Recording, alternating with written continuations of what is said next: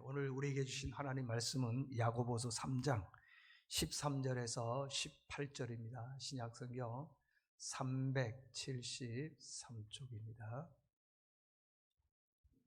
이 계시의 말씀을 봉독할 때에 살아계신 하나님의 음성을 다 함께 들으실 수 있기를 바랍니다. 너희 중에 지혜와 총명이 있는 자가 누구냐? 그는 선행으로 말미암아 지혜의 온유함으로 그 행함을 보일지니라. 그러나 너희 마음속에 독한 시기와 다툼이 있으면 자랑하지 말라. 진리를 거슬러 거짓말하지 말라. 이러한 지혜는 위로부터 내려온 것이 아니요 땅 위의 것이요 정욕의 것이요 귀신의 것이니 시기와 다툼이 있는 곳에는 혼란과 모든 악한 일이 있음이라. 오직 위로부터 난 지혜는 첫째 성결하고 다음에 화평하고 관용하고 양순하며 긍휼과 선한 열매가 가득하고 편견과 거짓이 없나니 화평하게 하는 자들은 화평으로 심어 의의 열매를 거두느니라. 아멘. 할렐루야. 우리 옆 사람과 인사하겠습니다. 사랑합니다. 축복합니다.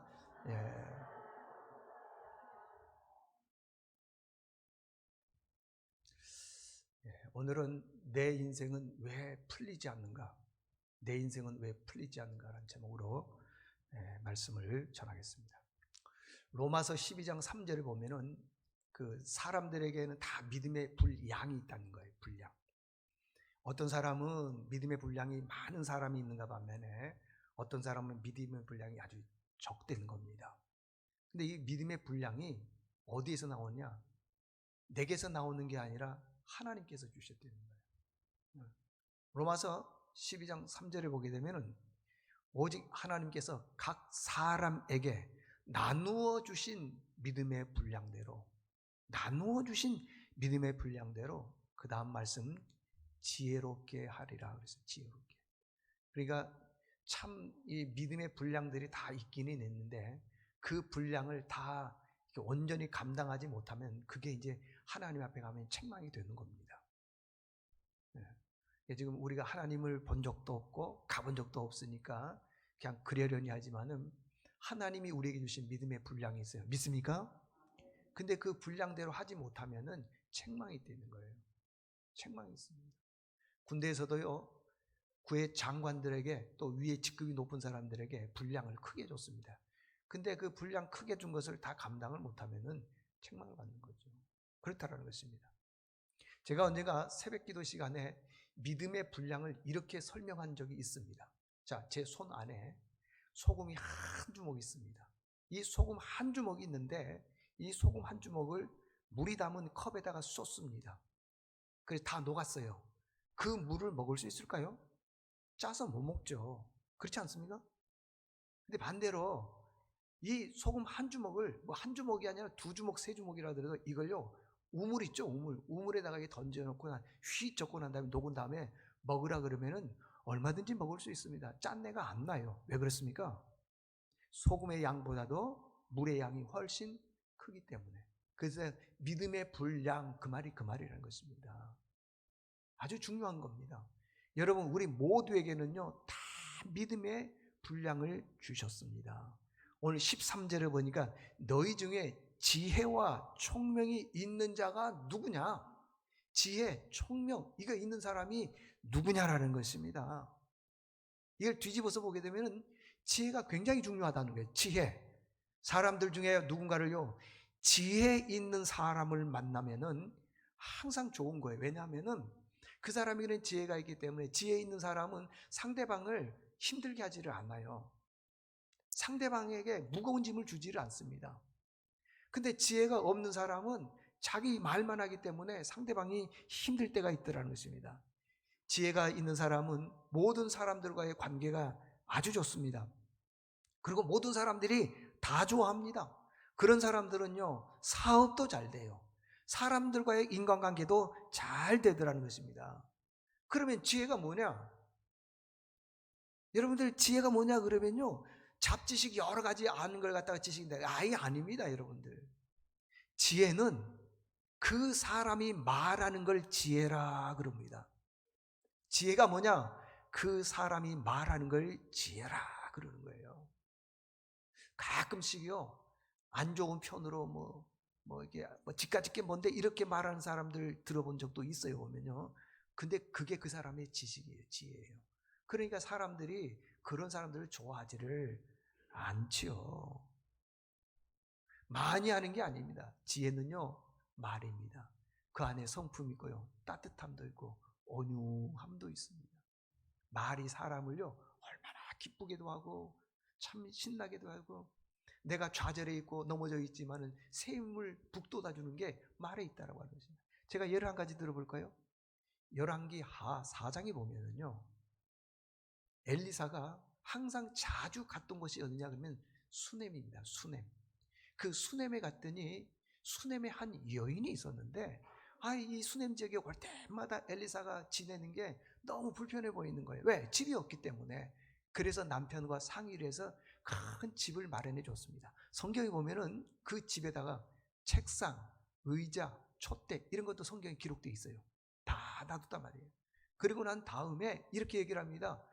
엘리사 선지자여, 이 수넴 지역에 오실 때마다 다른 곳에 이렇게 불편하게 거처하지 마시고 제가 집을 마련해 드렸으니까 여기서 잘 생활하십시오. 그런 거예요. 얼마나 고마워요. 참 고맙죠. 그런데 이 엘리사를, 그 수넴 여인을 그 사람들이 뭐라고 얘기를 했냐 그러면은 이 8절에 보면요, 열왕기하 4장 8절에 보면은 그랬습니다. 한 귀한 여인이, 이 귀하다라고 하는 것을 영어로 valuable이라고 그러고요, rare라고도 하고 있어요. 근데 이게 뭐냐 그러면 아주 가치가 있고 흔치 않는 사람이라는 거예요. rare, 흔치 않다는 거예요. 희귀한 사람이라는 거예요. 그러니까 이 수넴 여인이라는 분은 아주 흔치 않는 고귀한 분이라는 것이에요. 영어 성경에 보게 되면은요, 킹 제임스 버전에 보면은 그렇게 얘기를 합니다. A great woman이라고 그랬어요. 그게 굉장히 뭐라고 해야 되나요? 아주 훌륭한, 매우 훌륭한. 그 다음에 NIV 성경, 영어 성경이 다 얘기하는 거죠. well-to-do woman이라고 그랬어요. 이분은 무슨 뜻이냐면은 이분에게는 부족함이 없다는 거예요. 부족함이 없는, 아주 훌륭하고 부족함이 없고 아주 귀한 여인이라는 거예요. 이분을 향해서 왜 이렇게 훌륭하고 귀하고 정말 특별하고 희귀한 사람이라고 이렇게 하느냐? 그 다음에 예가 있어요. 이렇게 집을 마련해주고 와서 잘 지내게 했더니 엘리사가 고마워가지고, 내가 당신에게 어떻게 해줬으면 좋겠습니까? 당신에게 해줄 수 있는 게 어떤 게 있으면 좋겠습니까? 나는 왕에게도 영향을 미치고 있고 사령관들, 장관들, 이런 모든 사람들에게 다 내가 영향을 미친다. 그러니 당신이 나한테 말만 하면 내가 왕에게도 말할 수 있고, 요즘으로 말하면 최신실, 얼마든지 내가 능력을 발휘할 수 있다. 그러니 말씀만 하세요. 당신 부족한 게 뭐가 있습니까? 그랬더니 이 여인이 그렇게 얘기를 하는 거예요. 지금 제가 뭘 설명하는 거 알고 계셔요? 지혜에 대해서 얘기해요. 지혜. 보통 우리는 누구에게 부탁을 받으면은요, 그 부탁받은 것을 다 들어줬어요. 들어주고 난 다음에 그 뒤끝이 뭐냐 그러면 저분이 나한테 뭘 하겠지? 그런 거 있지 않습니까? 근데 이 집을 마련해 줬음에도 불구하고 엘리사가 너무 고마워서 내가 당신에게 뭘 해줬으면 좋겠습니까? 라고 했더니 나는 아무것도 원하지 않습니다. 말을 하라. 그랬더니 이렇게 얘기하는 거예요. 나는 내 백성 중에 거합니다. 성경에 보니까 저 말씀 중에 맨 밑에 보면은요, 나는 내 백성 중에 거주하나이다. 맨 밑에 말씀 보니까 이 말은 무슨 말이냐 그러면은 나는 내 백성들과 함께 아주 잘 지내고 있습니다. 불편함 없이 서로 싸우거나 다투거나 이 다투는 이런 거 없이 아주 관계가 좋게 잘 지내고 있습니다. 그런 뜻이라는 것입니다. 이걸요, 세번역에서는요 참 기가 막히게 설명해 주고 있어요. 세번역 말씀 한번 띄워주십시오. 자, 이건 세번역입니다. 똑같은 말씀이요. 엘리사가 게하시에게 말하였다. 부인께 이렇게 여쭈어라. 부인, 우리를 돌보시느라 수가 너무 많소. 내가 부인에게 무엇을 해드리면은 좋겠어. 그랬더니 부인을 위하여 왕이나 군사령관에게 무엇을 좀 부탁해 드릴까요? 그러나 그 여인은 대답하였다. 저는 백성과 한데 머물러 잘 지내고 있습니다. 여러분 이해 가시면 아멘. 그러니까 엘리사가 그래요. 자기를 위해서 집을 마련해 주니까 대가로 내가 그 왕이나 사령관들에게 뭐 부탁할 일 있으면 내가 다 해주겠어. 뭐 부족한 거 있으면 말씀해 주세요. 내가 그만한 말할 수 있는 그런 능력은 있습니다. 그랬더니 아닙니다. 그렇게 말 안 하셔도 됩니다. 나는 그냥 내 백성들과 함께 너무 사이좋게 잘 지내고 있습니다. 그래서 영어 성경에서는 a great woman이라고 했어요. 아주 특별하고 훌륭한 사람이라는 거예요. 보통 여인이 아니라는 것입니다. 그래서 이제 엘리사가 거절을 받았어요. 내가 좀 뭔가 대꾸를 좀 해주려고 그랬더니 이게 싫다는 거예요. 그 여인이. 그 종 게하시가 있는데 엘리사의 종 게하시가 불러가지고는 너 그 집에 가서 뭐가 부족한지 한번 자세히 살펴봐라. 그래서 게하시가 그 집에 가서 자세히 살펴봤더니 한 가지 부족한 게 있는 거예요. 한 가지. 그 한 가지 부족한 걸 엘리사에게 와서 이렇게 얘기를 한 거예요. 주인님, 그 집에 갔더니 아들이 없습니다. 남편은 늙었고 이 귀한 여인도 나이가 많아서 아기를 낳지 못합니다. 그러더라는 거예요. 그때 엘리사가 그 여인을 불러서 이렇게 얘기를 합니다. 다음 말씀 보십시오. 그 다음 말씀에 엘리사가 이르되 한 해가 지나 내년 이맘때 이때쯤에 내가 뭐라 그랬습니까? 아들을 낳을 것이다. 아들을 낳을 것이다. 그 얘기를 들었더니 여러분 보십시오. 자녀가 없는 그 여인은요, 엄마는요, 평생 고통이에요. 구박당하고요. 남편이 무시할 때도 있고 그렇습니다. 근데 그 문제를 해결해 주겠다는데 아이고 할렐루야 감사합니다. 내가 얼마나 고통스러운지 몰라요. 그런데 이제는 해결이 됐으니 감사합니다. 그래야 될 텐데 그 다음 말씀은 이게 아니로소이다. 내 주 하나님의 사람이여, 이 엘리사 선지자에게 말합니다. 당신의 계집종을 속이지 마세요. 이 말은 무슨 말이냐면 당신이 그렇게 말한다고 해서 내가 아기 낳을 사람이 아닙니다. 나는 아기를 못 놓습니다. 나면 얼마나 좋아요. 근데 내 남편이 나이가 들어서 안 됩니다. 그러더라는 거예요. 근데요, 그 다음 말씀 보면은 낳았다 그러잖아요. 아들을 안 낳았다 그러잖아요. 여인이 과연 잉태하여 한 해가 지나 이때쯤에 엘리사가 여인에게 말한 그대로 아들을 낳았다 그러지 않습니까? 아들 낳았다 그러지 않습니까? 참 기가 막힌 내용은 아닙니까, 여러분들? 얼마나 귀한 일들이 여기 지금 생기고 있느냐는 것이에요. 이걸 여러분들 뭘로 설명을 할 겁니까? 뭘로? 이 수냄 여인의 이 믿음의 분량을 뭘로 설명하냐 말이에요. 믿음밖에는 설명할 길이 없습니다. 이 여인은 어떤 것도 원하지 않았습니다. 다 그냥 좋습니다 그러더라는 겁니다. 그래서 이 여인을 갖다가 그 귀한 여인, 귀한, 우리 교회도 귀한 분들 계셔요. 많이 계셔요. 참 너무 감사하죠.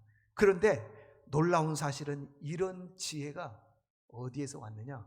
오늘 본문 13절에 보게 되면은 그런 말씀이 있어요. 13절에 보니까요, 온유에서 왔다. 온유에서 왔다. 오늘 13절이에요. 보니까 온유에서 왔다.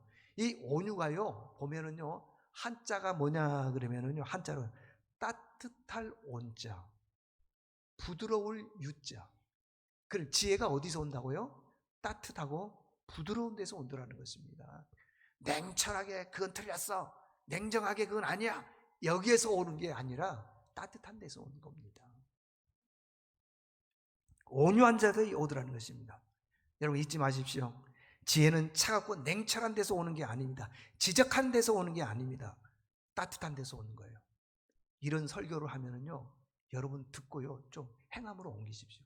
제가 이 따뜻함, 온유, 관대에 대해서 많이 설교했는데 교인들 대화 중에 이렇게 들어보면요, 안 바뀌더라고요. 보니까 내가 이제 수첩 가지고 돌아다니면서 적을 거예요. 이제 내가 이렇게 설교했는데 당신이 왜 이렇게 차갑게 말했느냐 얘기할 거예요.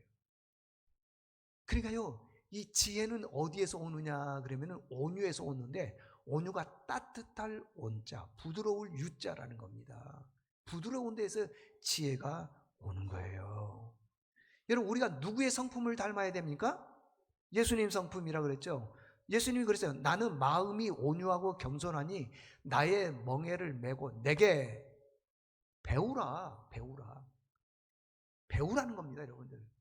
제가 며칠 전에 어떤 그 권사님하고 잠깐 대화를 했는데 보니까 성격은 타고난 거라서 안 바뀐대요. 그래서 제가 그랬어요. 맞습니다. 그렇게 했지만 속으로는 동의를 안 했어요. 왜 하는 줄 아세요? 배우라 그랬잖아요. 배우라. 여러분, 사도 바울이 사울 때예요. 얼마나 그리스도인들을 잡아다가 옥에 가두고 돌로 쳐서 죽이고 그런 일 많이 한 줄 아세요? 근데 그 성격이요, 예수님 만나니까 온유한 사람으로 바뀌었습니다. 베드로도 그렇게 하고요, 야고보도, 오늘 본문에 나오는 야고보도 그렇게 했어요. 우리 주변에 있는 사람들 중에요, 정말 못된 사람이, 깡패 같은 사람이 예수 믿어가지고 변화된 사람 있습니다. 여러분들 있어요. 사람은요, 성격은 안 바뀔 것처럼 보이지만은요, 하나님의 영이 그 안에 들어가면은 바뀐다니까요, 여러분들. 네? 말을 그냥 막말, 제발 화났을 때 막말 좀 하지 마십시오. 응? 그냥 안 믿는 사람도 하지 못할 말들을 막 하는 그런 경우인데, 안 돼, 그거요. 안 돼. 여러분, 화났을 때요, 내 말을 잘 제어하는 사람이 나는 지혜로운 사람이라고 보는 거예요. 아니, 뭐, 내가 화났을 때, 뭐, 분노했을 때, 막말하는 사람, 그거 누가 못해요? 안 믿는 사람들도 다 하죠. 예수 믿는 사람이 쉽지가 않아요, 여러분들. 할 말도 못하고, 참고, 누르고, 그래야 되는 거예요. 그래야지, 아, 예수 믿는 사람이 다르구나. 그러는 거죠. 아, 여러분들, 이 목사가 여러분들에게 뭐 말 안 듣는 사람에게 막 상욕을 했다 그러고 봅시다. 우리 목사님 거룩해. 그래요? 다음 주에 예배 안 나올걸요? 참. 여러분, 성품은 배우는 겁니다. 아멘? 배우지 않으면 그러면 어떻게 되냐? 안 배우고 자기 성격대로 가면 어떻게 되느냐? 세 가지요.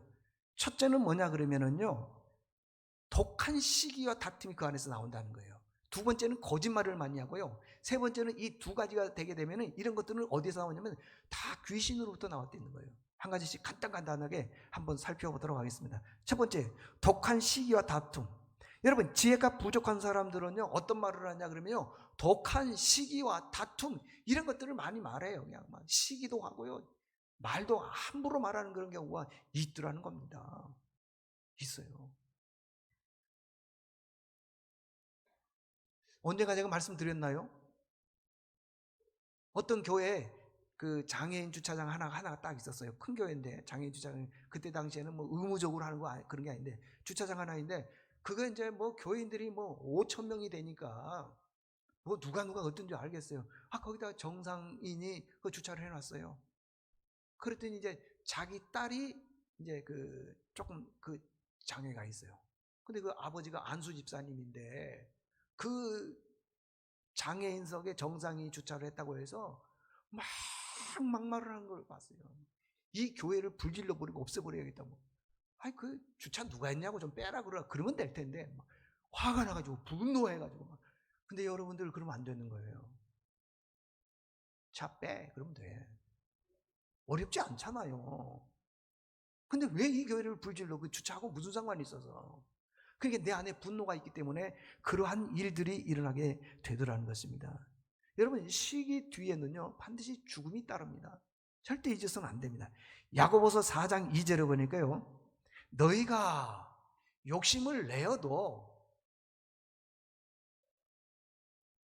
얻지 못한 것은, 얻지 못하면 살인하여도 시기하여도 능히 취하지 못하는 것, 취하지 못함으로 다투고 싸우는도다. 너희가 얻지 못함은 구하지 아니하기 때문이라. 그 앞부분에 그러면요, 이게 욕심을 내어도 못 얻고, 그 다음에 살인해도 시기해도 못 얻는다는 겁니다. 절대 얻을 수가 없는 겁니다. 그러니까 우리가 막 시기하고 질투하면 얻을 것처럼 보이지만은 그러지를 못하더라는 것입니다. 사무엘상 25장에 보면은 다윗이 사울 왕의 죽음을 피해서 바란 광야에 가게 되면 동네가 하나 있어요. 그 동네 이름이 마온이에요. 마온으로 갔더니 누가 있냐면 나발이라고 하는 사람이 농사를 목축업을 하는데 성경에 보니까 양이 3,000마리, 염소, 소 이런 게 1,000마리. 그때 당시에 한 4,000마리의 짐승이 있다는 건 아주 부자입니다. 그래서 성경에는 그는 부자라 그랬어요. 그 다음 말씀에 보니까 행실이 악한 사람이고 완고한 사람이다 그랬습니다. 그 오랫동안 있으면서 다윗이요, 그 가족들 4,000마리 이상 되는 짐승들을 그 다윗과 함께 따르던 사람들이 다 지켜줬습니다. 마온 지역에서. 근데 어느 날 보니까 사울 왕이 다윗이 마온에 있다는 얘기를 듣고 군사를 건드려 가서 죽이려고 그러니까 다른 데로 도망을 가는 거예요. 그 다른 데 도망을 가다가 오래 있다 보니까 거기서는 그냥 먹을 게 없는 거예요. 근데 어느 날 이 나발의 집에 양털 깎는다는 이 얘기를 듣고 소년들 몇 사람을 보내서 내가 당신을 이렇게 생명과 재산을 다 지켜줬으니까 이렇게 양털 깎는 날 좋은 날이니까 먹을 음식을 많이 했어요. 그때는 하니까 조금 주시오 라고 얘기를 했더니 나발이요 얼마나 욕을 하는지요. 다윗이 누구고 그 아버지가 어떤 놈이야 하면서 막 욕을 하는 거예요. 근데요 잘 보십시오. 다윗이요 똑같은 사건입니다. 사울 왕의 죽음을 피해서 첫 번째는 마온으로 갔지만 이게 두 번째는 어디로 갔냐면 그 바후림으로 갔어요.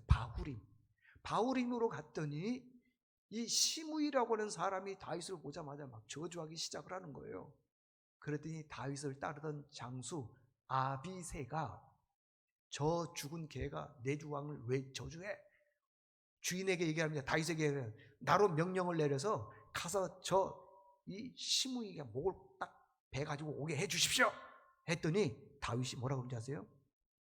저 사람이 나를 저주한 것에서 네가 무슨 상관이냐? 하나님이 저 사람을 통해서 나를 저주하고 싶은가 보다. 가만히 둬라. 용서해 줬어요. 다 이게 관대하게 대해줬어요. 근데 이 나발에 대해서는요, 그 얘기를 하니까 화가 나가지고 자기를 따르던 400명의 사람들에게 얘기하기를 전부 칼과 창을 주머니에 차라. 가서 나발을 죽여버려야 되겠다. 아니 왜 시므이는 용서해주고 나발은 왜 용서를 안 해주냐는 거예요. 왜 그런지 아십니까? 시므이는 원래 완고한 사람, 악한 사람이 아니고 이 사울 왕의 친척인데 다윗이 뭐 어떻게 그 오해를 해서 저주를 한 것이고, 나발은 어떤 사람이냐? 원래부터가 완고, 고집이 세고 원래부터가 모든 행실이 다 악해. 이 말을 무슨 말로 얘기하냐 그러면은 배우지를 않았다는 거예요. 뭘요? 말을. 그래서 지혜가 없는 거예요. 그래서 시므이하고 나발하고는 용서가 다른 겁니다. 그래서 죽이겠다는 거예요. 그냥. 여러분 잊지 마십시오. 누구를 대할 때 독한 시기 다툼 하지 마십시오. 그거 하나님께로부터 온 게 아니야. 성경에 보니까 땅에서 왔다 그래서 땅. 안 되는 겁니다, 여러분들. 여러분들 말을 할 때는 좀 기분 좋게 상대를 높이는 말, 또 위로해주고 따뜻한 말, 그렇게 할 수 있기를 바랍니다. 이게 첫 번째 메시지고요. 두 번째는 거짓말 하지 말라는 것입니다. 여기 14절에 보니까 말을 거짓말을 하면은 안 된다는 겁니다. 너희 마음속에 독한 시기와 다툼이 있으면은 자랑하지 말라. 진리를 거슬러 뭐라 그랬어요? 거짓말하지 말라. 이 거짓말은 15절에 보면 위로부터 난 게 아니라는 겁니다. 땅에 있는 거예요. 제가 이 거짓말에 대해서 한 가지 또 예를 한번 들어보겠습니다. 이제는 열왕기하 5장입니다. 이 5장에 보면은 아람이라고 하는 나라가 있습니다. 이 아람 나라가 이스라엘을 자꾸 괴롭히기 시작을 해요. 쳐들어오기 시작을 하는 겁니다. 자꾸. 그런데 어느 날 아람 나라에 나만 장군이 있는데 이 나만 장군은 지위가 왕 다음으로 높은 사람이에요.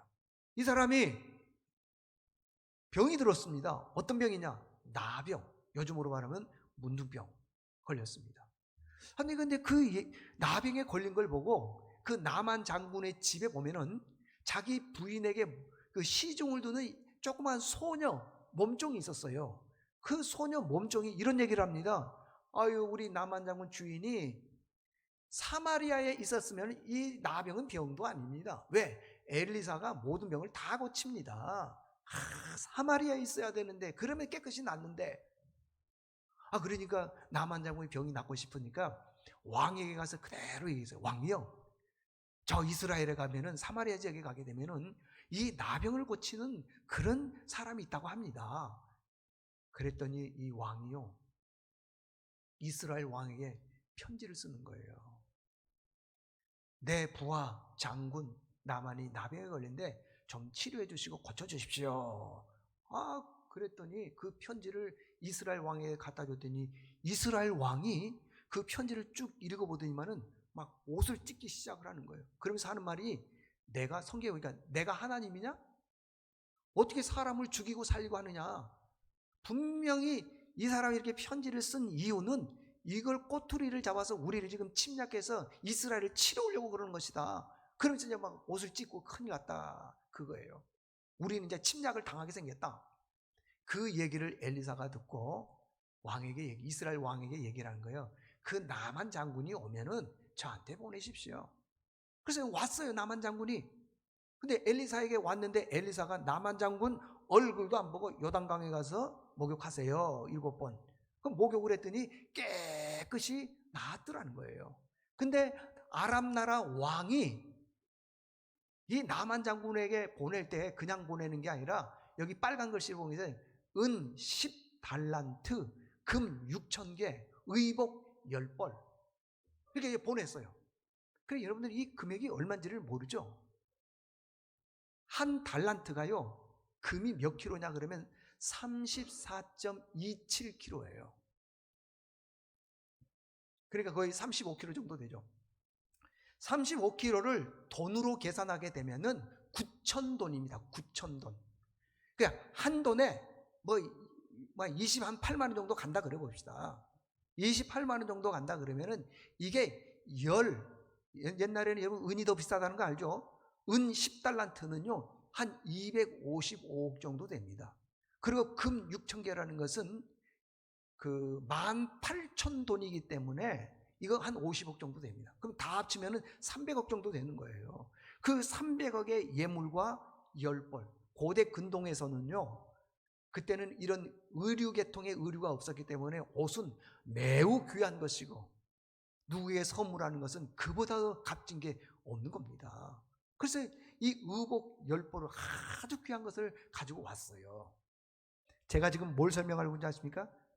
은, 금 이거 아닙니다. 뭐요? 거짓말 지금 설명하려고 하는 거예요. 어마어마한 걸 가지고 왔는데 이 엘리사에게 주려고 하니까 엘리사가 안 받는 거예요.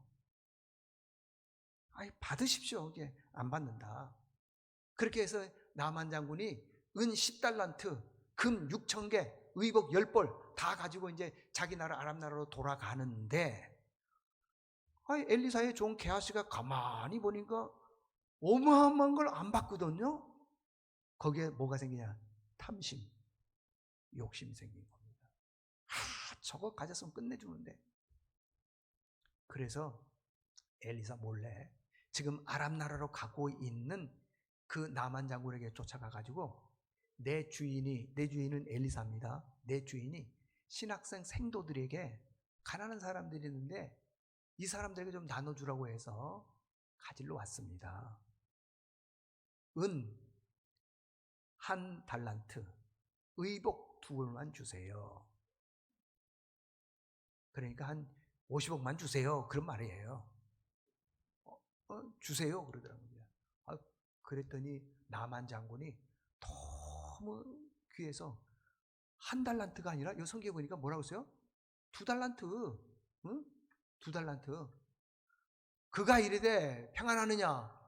우리 주인께서 나를 보내시며 말씀하시기를, 지금 선지자의 제자 중에 2 청년이 에브라임 선지자로부터 내려왔으니, 그 다음에 청하건대 뭐라고 써요? 당신은 그들에게 은 하나를 주십시오. 그 다음에 2벌의 옷을 주십시오. 이렇게 얘기를 했다는 겁니다. 그랬더니 이 나만 장군이 1벌만 주겠어요? 2벌 주죠. 1달란트만 주겠느냐? 2달란트 주겠다. 그 2달란트를 준 거예요. 근데 그걸 가지고 왔어요. 24절에 보니까 그랬어요. 이건 거짓말입니다. 자, 언덕에 이르러서는 게하시가 그 물건을 두 사원의 손에서 받았습니다. 그 다음에 집에 감췄다는 거예요. 이건 거짓말이라는 겁니다. 그리고 난 다음에 게하시가 엘리사에게 딱 갔더니 엘리사가 그러는 거예요. 너 왜 거짓말했느냐? 그리고 하시는 말씀이요. 네가 거짓말하는 그것으로 나만 장군이 걸렸던 그 병이 네가 걸리고 네만 걸리는 게 아니라 대대로 걸릴 것이다. 자, 그러므로 나만의 나병이 내게 들어 내 자손에게 미쳐 영원토록 그런다 그러잖아요. 여러분들. 네? 나병의 벌이 있더라는 거예요. 나병의 벌. 거짓말하면은 안 된다 그 말이에요. 거짓말의 결과가 뭐냐? 나만 나병에 걸린 게 아니라 내 자손들까지도 나병에 걸리더라는 겁니다.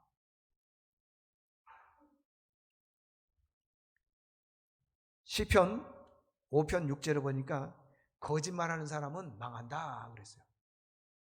거짓말하는 사람은 멸망시키리다 그러잖아요. 잠언 19장 9절에 보면요, 거짓말하면 또 망한대요. 거짓말을 뱉는 자는 망할 것이다. 거짓말. 여러분, 예수 믿는 사람 안 할 수는 없겠지만 늘 입에 달고 살면 안 돼. 대충 훌쩍훌쩍 이렇게 막 넘어가 버리고 그러면 안 된다는 것입니다. 이게 두 번째 메시지입니다. 독한 시기, 다툼, 거짓말 이런 것들은 위로부터 난 게 아니라 다 어디로 왔느냐? 땅 위에서 왔다는 거예요. 이게 내가 지어서 만들어낸 것입니다. 거짓말하면 안 됩니다. 이게 두 번째 메시지고, 마지막 세 번째는 이 두 가지 독한 시기와 다툼, 거짓말, 이게 어디서 왔느냐? 보니까 귀신으로부터 왔대요. 귀신. 15절에 보니까 그렇죠? 귀신으로부터. 이러한 지혜는 위로부터 내려온 것이 아니라 땅 위의 것이요 정욕의 것이요 귀신으로부터 왔다 그러지 않습니까? 혹시 내 마음에 누구를 향해서 다툼이 있고 시기가 있고 그러면은요, 이게 귀신으로부터 온 거예요. 어떤 분들은요, 주일날 되면은 제가 여러분들에게 얘기합니다. 옷을 좀 예쁘게 입고 오세요. 머리도 좀 예쁘게 하고 오세요. 근데 예쁘게 오신 분이 있어요. 그런데 누가 머리를 예쁘게 해오면은 누가 그런 거 옆에서 얼마나 잘 어울리는지 모르는데 예쁘다 근데 꼭 그런 사람이 있어요. 돈만 들었지 하나도 안 예뻐. 그런 사람도 있어요. 누가 옷을요 비싼 옷을 입고 왔어요. 그러면은 잘 어울린다 그러면 얼마나 좋겠어요. 근데 그렇지 않아요. 보면 이런 것들이 다 어디에서부터 왔느냐? 마귀로부터 왔다는 겁니다. 결국 혼란이 오는 거예요. 그러면 우리가 어떻게 살아가야 됩니까? 인생을 살아가면서 우리는 그러면은 정말로 이게 마귀로부터 오지 않고 거짓말하지 않고 귀신으로부터 오지 않게 살려면 어떻게 해야 되냐 이 말이에요. 오늘 17절에 보니까요. 자, 한번 다 같이 읽어보겠습니다. 17절은 빨간 글씨에는 조금 힘을 주고 시작. 오직 위로부터 난 지혜는 첫째 성결, 다음에는 화평하고 관용하고 양순하며 긍휼과 선한 열매가 가득하고 편견, 거짓이 없어야 된다. 아멘. 여기 다 중요하지만은 우리 편견 안 가졌으면 좋겠어요. 저는요, 설교 시간에 이게 편견 가지면 안 됩니다라고 했는데 성품이 안 바뀌어서 그런지요, 여전히 편견 갖는 분들이 있더라고요. 그러면 안 돼요. 우리가 잘 살려면 어떻게 되냐? 이 열매가 있잖아요. 성결, 화평, 양순. 얼마나 좋습니까? 긍휼 베푸는 것, 좋은 열매, 편견하지 않는 것, 거짓말 안 하는 것 중요하다는 것입니다. 이게 다 뭐냐? 의의 열매. 자, 말씀의 결론을 맺겠습니다. 여러분 인생을 살아나가면서 잘 안 풀립니까? 다 힘쓰고 애쓰고 노력하고 하는데 그냥 지치고 힘들어요. 왜 그럴까요? 그건 지혜가 없어서 그래요. 지혜는 다시 얘기하지만은요, 잡지식 얘기하는 게 아닙니다. 지혜는 온유에서 나온다 그러는데 잘 보십시오. 내가 누구를 대할 때 따뜻함이나 부드러움이나 너그러움으로 늘 대해주면 그 사람이 내 머리에 기억이 납니다. 하나님은 누구를 통해서 일하신다고요? 그래서 그 사람이 기억이 날 때 어떤 일을 하면요, 그 사람이 생각이 나요. 저는 그런 걸 많이 봤어요. 조금 본 게 아니에요. 성품만 좋아도요, 중매가 줄을 서요. 뭐 서울대 나와야만 줄을 쓴 줄 아세요? 조심스러워요, 여러분들. 제가 하는 것 중에 제가 지금 설명할 때 혹시 그 하고 싶으면 저한테 연락해요. 내가 해드릴게. 아버지가요, 우리나라에 있는 여기 서울시에 있는 대학교 4년제 대학교 아주 유명한 대학이에요. 대학교 부총장이에요, 아버지가. 이 아들은요, 미국에서 공부했어요. 지금 뭐 얼마나 그 로스쿨이라고 하는 그 사고고시 있잖아요. 다 패스했어요. 아주 똑똑해요. 얼마나 똑똑한지 몰라요. 믿음 아주 좋아요. 좋습니다. 혹시 여러분 딸 중에 이런 사람 원한다 그러면 연락 줘요. 내가 해드릴게. 근데 감당이 안 돼. 진짜 믿음 좋고 잘생겼어요. 다시 말하지만요, 우리 안에는 지식이 아니라 지혜가 있어야 되고, 지혜는 온유, 부드러움에서 온다 그랬습니다. 그 사람을 통해서 역사하기 때문에요, 그렇게 탁탁 연결이 되는 거예요. 그래서 여러분들 다시 말씀드리지만은요, 그렇게 살면은 닫혔던 앞길도 열릴 줄로 믿습니다. 묶였던 재정의 문제도요, 풀려요. 삶이요, 풍성해지는 거예요. 건강도 좋아지는 겁니다, 여러분들. 감사가 넘치는 겁니다. 그렇게 살기를 바랍니다. 하나님 아버지, 감사합니다. 우리는 열심히 사는데 인생이 잘 풀리지 않는다고 원망과 불평할 때가 많이 있습니다. 아무리 하려고 해도 안 되는 게 있습니다. 하나님, 안 풀리는 이유는 내 성품 때문일 수도 있습니다. 기억하게 도와주시고, 이제 말씀을 들었사오니 여전히 사람 비방하고 험담하는 말 하지 말게 도와주시고, 너그러운 마음으로 그들을 돌보는 믿음이 있게 도와주시옵소서. 예수님의 이름으로 기도드리옵나이다. 아멘.